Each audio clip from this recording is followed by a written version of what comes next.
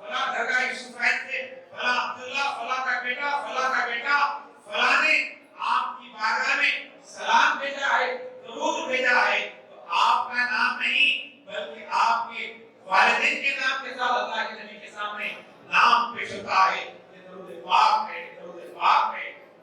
اور آپ کو بتاؤں پیارے آقا صلی اللہ علیہ وسلم نے فرمایا کہ درود پاک ایک مرتبہ پہ درود پڑھتا ہے اللہ سبحانہ و تعالیٰ اس کے 10 درجے بلند، 10 نیکیاں نام اعمال میں اور 10 اس کے بے گناہ اللہ تعالیٰ معاف فرما دیتا ہے۔ درود پڑھتے جائیں، گناہوں کو مٹاتے جائیں۔ آج کی رات یہاں بیٹھے ضرور لیکن درود پاک پڑھتے رہیں۔ ایک مرتبہ سب مل کر درود پاک پڑھیں۔ اللہم صلی علی سیدنا حبیبنا مولانا محمد وعلی آلہ سیدنا مولانا محمد وسلم۔ تو بزرگ اور دوستو عرض کرا آج کی رات اس کی مغفرت نہیں، اللہ کے نبی فرماتے ہیں آج اللہ تعالیٰ بے انتہا نعمتیں عطا فرماتا ہے، بے انتہا رحمتیں نازل فرماتا ہے، ہر ایک کی دعا قبول فرماتا ہے، ہر ایک کی دعا قبول فرماتا ہے۔ روزانہ اللہ سے بندے دعا کرتے ہیں، اللہ سے روزانہ بندے دعا کرتے ہیں، لیکن آج کی رات اسپیشل بات ہے، آج کی رات اللہ بندوں سے سوال کرتا ہے، ہے کوئی مغفرت چاہنے والا میں اس کی مغفرت کروں، ہے کوئی دولت چاہنے والا اس کو دولت دے دوں، ہے کوئی دنیا چاہنے والا دنیا دے دوں، ہے کوئی آخرت چاہنے والا اسے آخرت دے دوں۔ اللہ ہر ایک کو عطا فرماتا، لیکن اللہ کے نبی صلی اللہ علیہ وسلم 5 لوگوں کی آج کی رات مغفرت نہیں ہوتی، مغفرت نہیں ہوتی ہے 5 لوگوں کی۔ کون 5 لوگ؟ جو مشرک ہے اور شرابی ہے، تو شراب پیتا ہے، مسلسل کنٹینیو شراب کا جو عادی ہے، اس کی آج کی رات مغفرت نہیں ہے۔ دوسرا فرمایا زانی کی مغفرت نہیں ہے، زنا کرتا ہے چاہے عورت ہو یا مرد ہو۔